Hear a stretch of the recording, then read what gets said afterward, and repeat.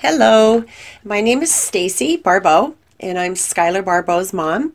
And I'm going to read an update that he wrote to me just recently that he wanted me to share on March 16th, 17 this year.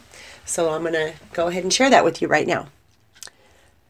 I've been busy working on my case for a long time, only to have my attorneys reject my work over and over. I'm on my third one, and I still am not getting the representation that I need. My case is about my private property being protected under the Second, Fourth, and Fifth Amendments from being deprived from me without due process, and also about myself being deprived of my rights without due process. As you are probably aware, the federal government does not respect property rights or individual freedom and liberty.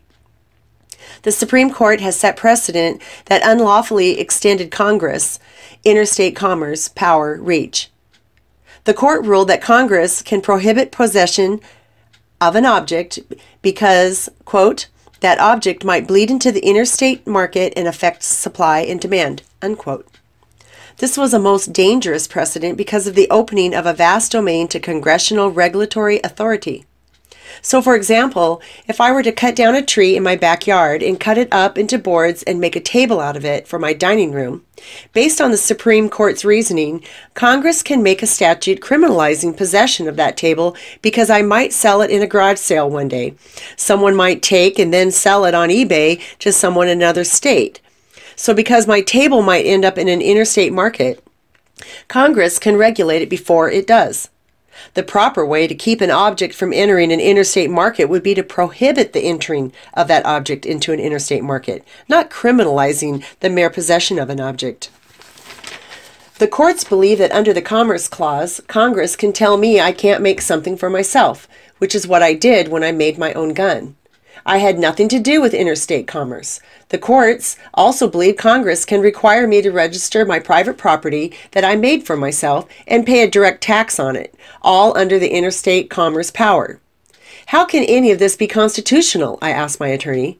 Yet he cannot provide me with any legitimate and constitutional answers besides that he believes they can. The two statutes I'm charged under deprive me of my private property without due process of law in violation of the Fifth Amendment. I spent months writing a 32-page motion to dismiss my indictment to explain that and other challenges, but my attorney said it was all frivolous and that none of my arguments made any sense, and that he would not file it. After a lot of arguing about it, I said that I would write an all-new motion making better challenges from a new angle. Then I spent the last 2 months writing an all-new motion, better than the first, challenging Supreme Court precedent. I gave it to my attorney and he thinks it's frivolous too and won't file it. So now I'm petitioning the court to allow me to proceed pro se so I can handle my own case from now on. I'm tired of these attorneys filtering out every part of my defense. I have solid challenges to make to the Ninth Circuit and Supreme Court. The federal government has stepped way over the line when it comes to private citizens with its abuse of the commerce power, and the courts are unlawfully expanding that reach. So that's where I'm at right now. Nothing really seems to be going my way. I feel like a cow slowly making my way through the corral into the slaughterhouse. The corral is very narrow because all these court rules, procedures, my attorney telling me all the stuff I can't do, that all these things I want to say for my defense, I cannot. There's only one way. Forward into the slaughterhouse. Can't go left, can't go right, can't even turn my head left or right, just straight to my doom. We have no rights. We have no freedom.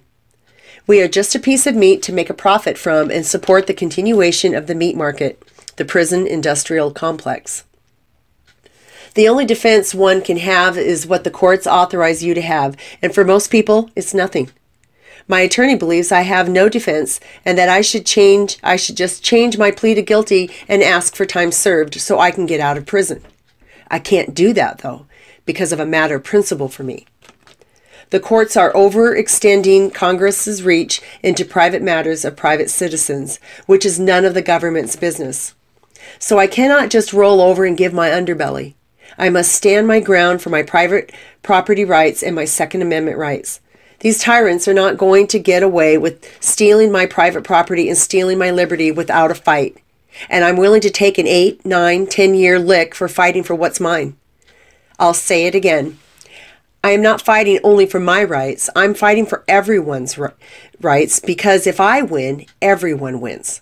I will also say it again. Since 2013, I knew I would end up where I'm at today, because I knew back then that the government was not going to let me get away with being free. That is, making my own gun. So I'm prepared for what I'm facing and not surprised by what's happened to me, because we have a tyranny for a government. None of their injustice surprises me. All I can do is pray a miracle to happen.